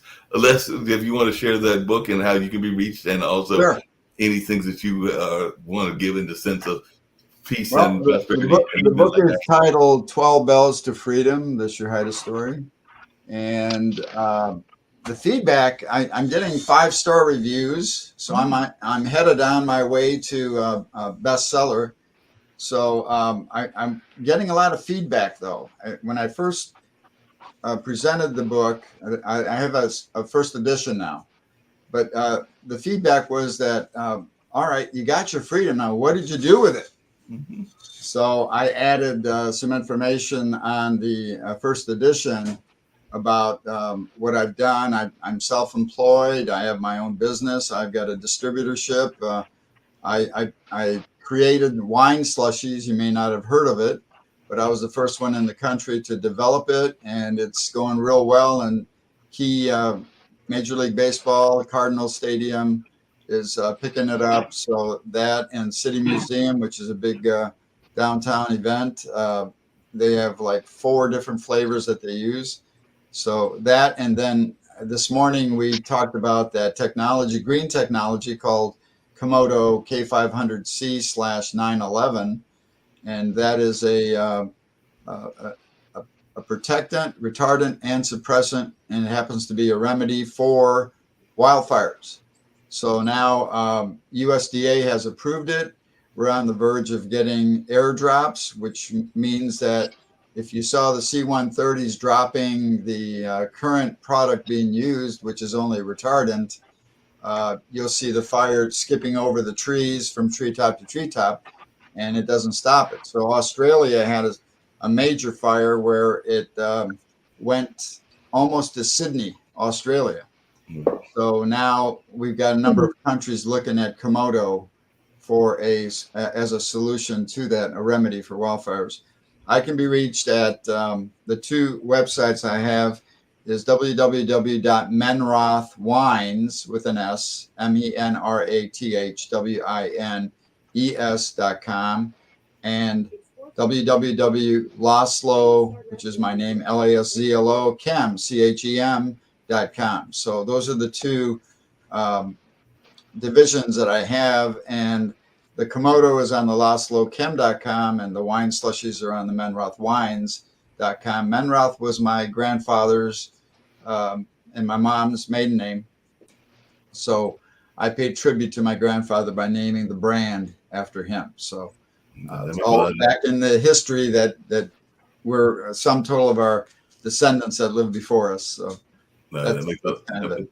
that makes a lot of sense, and that's definitely great and everything. I know that a lot of people have been very much getting into the wine and spirit business. I know a couple of people, and actually I just saw Donald a couple of days ago, and he is the distributor for a wine called Shoe Crazy. And I've also got some friends that are in the wine business, including one that has got one called Southern Wicked. I knew it had Wicked in the title, but Southern Wicked is tequila.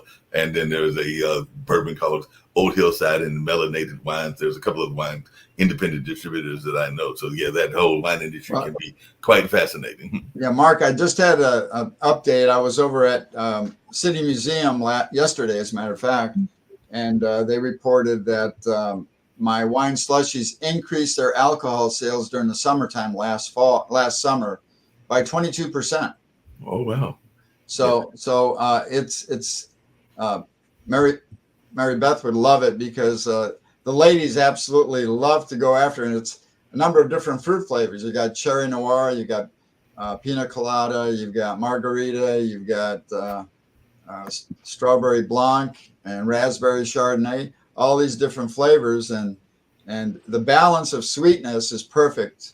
I've had some ladies say, well, I don't like to drink, but I like your wine slushies. No, those wine slushies are interesting because the thing that Shoe Crazy is doing is that they have expanded also because of the legalization in some places of CBD. So they've actually got some wines that are CBD infused as well. So they've actually added that, which can give you definitely interesting mellow feel and all in that space. So they've got different proofs and all along those lines. But definitely that is another part of the spirit industry that is going on. I've got to tease you less before I get to Mary Beth and everything, but I will say that St. Louis has been one of those kind of thorns in my heel because I went to school in Milwaukee. I'm a Marquette grad and a devout Marquette fan, but that means that I also became a fan, ironically not of the Bucks, because I would root for players based on where my alumni went. So I became like an Orlando fan when Doc was down there. I was a Clippers fan when he was down there, and a Boston Celtics fan when he was there. Definitely D Wade in some of the places that he's been, and Butler. So that's more of how I rooted for my college teams and everything. Didn't have per se a set team, even though I liked the Carolina teams to do well and everything. But I did have a set team because I really wasn't into baseball until I got to school, which means I'm a Milwaukee Brewers fan. And the team that always gives us trouble is the St. Louis Cardinals. So it's like every time we're on the road to championship or on the road to doing well, St. Louis was the one that derailed us. So that's why I said this. Well, I was actually a good luck charm for St. Louis Cardinals because back on 2009 through 11, remember that period of time, they went to 2 World Series and 1 national championship. So that's when my product was really spiking during that timeline. It sounds like wonderful. Like I said, my Brewers did not like it. Right now, they are in front, I think, ahead of several teams, including the Cubs and others as well. So maybe this will be the year because I think the last time they were in a serious pennant run, I was in school because that would have been like the 82 or something along those lines. Because I literally remember going to the library because there was a celebration, a street celebration like there often is after a championship. I saw them win on TV, went down to the library and said, all right, I'm going to go to the library and study. Big mistake first. So I went to the basement because the library had 3 floors, went to the basement, could still hear the noise. So I just gave up and joined the celebration. As a young 19, 18-year-old, I'm like, I can't win. I'm just going to join the party and everything. I think I was 20 at the time. So I was like, I'm just going to join the party. So it's been almost 40 years since we had any luck. So maybe this will be our year and everything. Mary Beth, and like I said, we're getting ready to wrap up because I do need to wrap up and get some of the other shows on the network. But if you want to share how you can be reached about your book and any message of peace that you would like to share. And I don't know if I got the message of peace from you. Yeah. Well, I've definitely got a message of peace. I have a book that I am involved in now. It's called Women Essence. And that is a compilation book. But my book is Somatic Healing, the proven method to unlock your wellness, emotional freedom, and peace of mind. And that is not out yet. It's still being written, but it will be out shortly. And I'm excited about it because unbeknownst to me, I was writing a book about somatic healing because I thought it sounded like an interesting subject. And then I learned it was something that I had been doing all along. So isn't that funny? Because I am very empathic. I actually feel when people are holding emotional issues, I feel it in my body, and I actually know what it is, so I can help them release it. So that's something. And I also have my World Peace Project, which is 10 million for world peace. So that is 10millionforworldpeace.org, all spelled out. And we have a world peace meditation every day at 1:11 p.m. Eastern. And you can also reach me at marbethdunn.com. And that is my website. And you can schedule a 30-minute, or actually it's a 1-hour session with me at a really great price, if that's something that you'd like to explore. And that's about it. Sounds great. And both you and Les, because I heard Taylor's, but what is, and so I'll start with Les and then go to you, Mary Beth, and then, like I said, I'll go out with a couple of PSAs and everything. But Les, what would your message of peace be for our global community? And then I'll have Mary Beth share hers as well. But what would your message of hope and positivity be for our global community? Well, when I do the book signings, I always relay this message that always remember, freedom is not free. You have to earn it. Mm.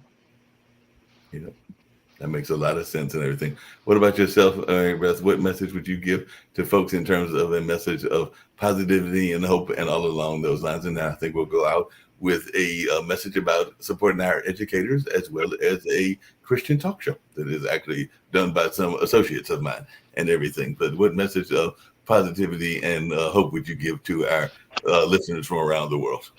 I'm going to say you always have a choice. Every minute you have a choice. You can choose to take offense. You can choose to get angry. You can choose to be peaceful. And you can choose to see things. If you're upset, you can always say, well, how can I see this a different way? Is there another way I can look at this? Because we always have that choice to choose peace. And when we choose peace, we become closer to our Creator, which is pure peace, right? So peace is godliness. And so I would recommend choosing peace. That makes a lot of sense. I appreciate both of you, as well as all three of you being on the show and everything. So like I said, we'll get out and hopefully I'll get you on some other shows. And like I said, Les was earlier on the World Edition, and I definitely have sometimes even guests make returns to the online dinner party. And all along those lines, I had a guest that was supposed to be appearing, another one, but they just sent me a note that they were running late and maybe they'll join another one, and they were also not quite sure of the nature of the conversation. So I'll have to get with them to explain how the dinner party works and everything. But definitely we'll go out with this message about education and about this talk show that deals with how much do you know about whether it is an actual Bible verse or whether it's something that is perceived as a verse, because Mario Steele, who is in the area of Raleigh, North Carolina, has a show called Bible or Babble. So he said you have to think, hear the verse, and then decide whether it actually came from the Bible or whether it came from another more secular source, to use Taylor's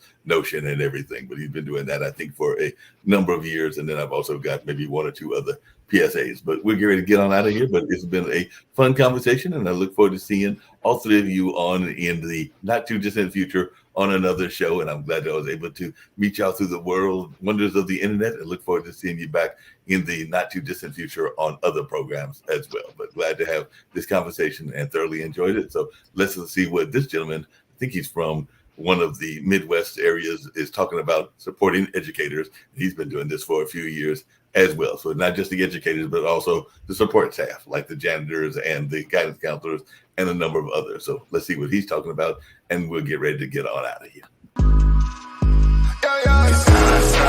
I won't fold, I won't drop until we on top. Only going non-stop, non-stop. I won't fold, I won't drop until we on top. Only going non-stop. I want to thank everyone for coming to the 2020 TAF Awards. This was a show like no other, people. This is the Grammys for dignitaries, educators, and support staff around the state of Oklahoma and worldwide. We cannot do this without the support of the people. So we thank you, I thank you, for being such a dedicated supporter to this movement for the Teachers Appreciation Foundation. I thank you. I won't fold, I won't drop until we on top. It's time for Bible or Babble. Gather round for your new favorite show. If you little work, show 'em what you know. Let's go. Bible or Babble. It's Bible. Let's go. Calling every saint, we gon' put you to the test. See who know that B.I.B. a little bitch. Bible or Babble. It's Bible. Let's go.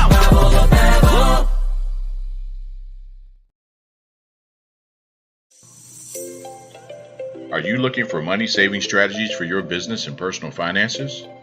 Are you tired of working hard every day with little or nothing to show for it? Contact Prosperity Financial Services, LLC right now for your free financial consultation. Call now to reserve yours today, 804-349-8600, 804-349-8600.